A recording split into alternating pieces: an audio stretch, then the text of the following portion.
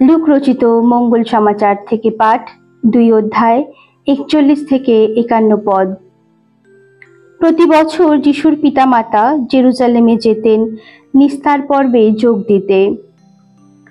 যিশুর বয়স যখন 12 বছর হলো, প্রতিবারের মতো এবারেও তারা পূর্বীয় প্রথা অনুসারে সেখানে গেলেন।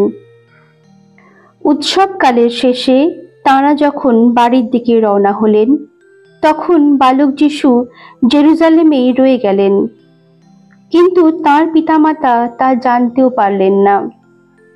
যিশু সহযাত্রীদের সঙ্গেই আছেন মনে করে তাঁরা পুরো একদিনের পথ এগিয়ে গেলেন। তারপর আত্মীয় স্বজন ও জানাশোনার লোকেদের মধ্যে তাঁর খোঁজ করতে লাগলেন।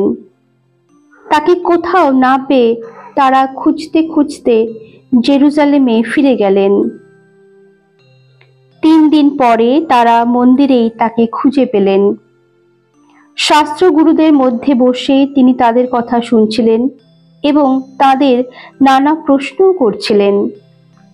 তার কথা শুনে সকলেই তার তীক্ষ্ণ বুদ্ধিতে ও তার সুন্দর উত্তরগুলিতে স্তম্ভিত হয়ে যাচ্ছিল। যিশুকে ওখানে দেখতে পেয়ে তার পিতামাতা অবাক হয়ে গেলেন। তার মা তাকে বলে উঠলেন, খোকা, আমাদের সঙ্গে এই তোমার কেমন ব্যবহার? ভেবে দেখো তো, তোমার বাবা আর আমি কত উদ্বিগ্ন হয়েই না তোমাকে খুঁজছিলাম। তিনি তাদের বললেন, কেন খুঁজছিলে আমাকে? তোমরা কি জানতে না যে আমি নিশ্চয়ই আমার পিতার গৃহেই থাকব? তারা কিন্তু তাঁর এই কথার অর্থ বুঝতেই পারলেন না। তারপর তিনি তাদের সঙ্গে নাজারেথে ফিরে গেলেন।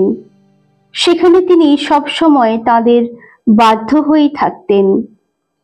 তার মা এই সমস্ত কথা নিজের অন্তরে গেঁথে রাখলেন।